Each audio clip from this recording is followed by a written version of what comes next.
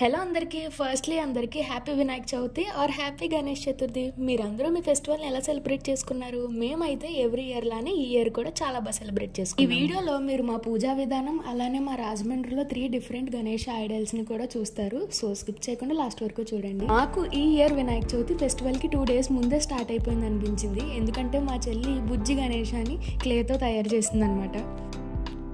ఇంకా ఈ ఫెస్టివల్కి ఏమైనా డెకోర్ ఐటమ్స్ షాపింగ్ చేద్దామని మా మెయిన్ రోడ్కి అయితే వెళ్ళాము. అక్కడ ఉన్నవన్నీ చూసి ఫైనల్లీ కొన్ని అయితే తీసుకున్నాము.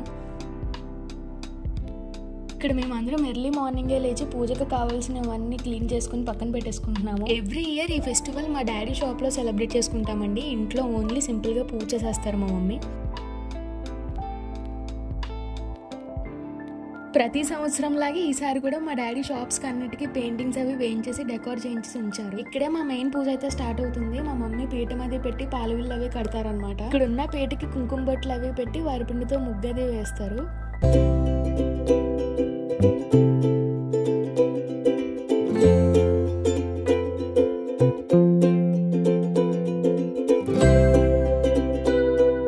ఈ గ్యాప్ లో నేను నా చెల్లి ఇంటి దగ్గర నుంచి తీసుకుని వెళ్ళిన ఫ్లవర్స్, ఫ్రూట్స్ అలానే దేవుడి కోసం తెచ్చిన గొడుగు ఇవన్నీ రెడీ చేసి పెట్టాము పూజ కోసం. మీలో ఎంతమందికి కలువ పువ్వులు అంటే ఇష్టం చెప్పండి. నాకైతే ఆ కలువ పువ్వులు చూస్తే ఇంకా అలా చూడాలనే అనిపిస్తుంది. మా మమ్మీ డాడీ ఇద్దరు కలిసి పాలవెలికి ఫ్రూట్స్, మామిడాకులు ఇలాంటివన్నీ కడుతున్నారు. ఇక్కడ నుంచి మా పూజా విధానం అనేది స్టార్ట్ అవుతుంది. చిన్న చిన్న వీడియో క్లిప్స్ అయితే యాడ్ చేశాను, లాస్ట్ వరకు చూడండి.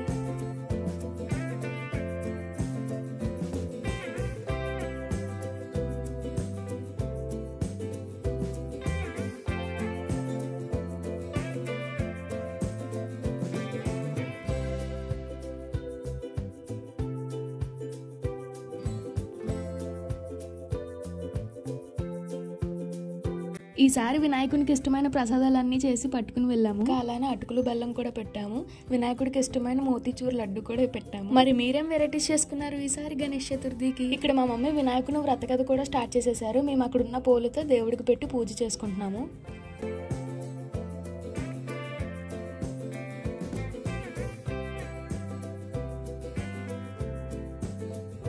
వినాయక శ్రీ మహాగణాధిపతి నమః సువర్ణ దివ్య మంత్ర పుష్పం సమర్పయామి.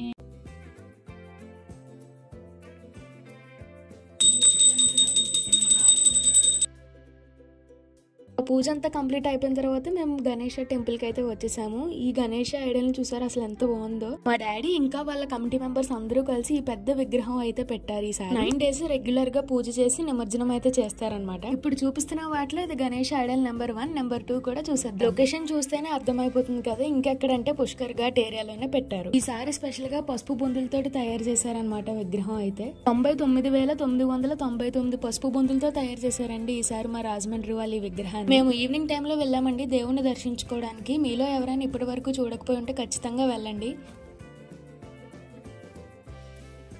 ఇది మా ఏరియాలో పెట్టిన గణేష్ ఐడల్ అనమాట. ఈ విగ్రహంలో స్పెషాలిటీ ఏంటంటే భక్త ప్రహ్లాద అవతారంలో అయితే ఈ ఐడల్ ని పెట్టారు ఈసారి. ఈ పెద్ద విగ్రహంలో మనకి నరసింహస్వామి, విష్ణుమూర్తి అలానే గణేష వచ్చేలాగా ఈసారి అయితే ఇలా పెట్టారు. నాకైతే ఈ 3 గణేష్ ఐడల్స్ చాలా బాగా నచ్చాయి. అంతేనండి, ఈ వీడియో ఇక్కడితో ఎండ్ చేస్తున్నాను. ఇంతవరకు వచ్చారు, మరి లైక్ చేసి, షేర్ చేసి, సబ్స్క్రైబ్ చేసేసుకోండి. మళ్ళీ నెక్స్ట్ వీడియోలో కలుద్దాం. అంతవరకు బాయ్.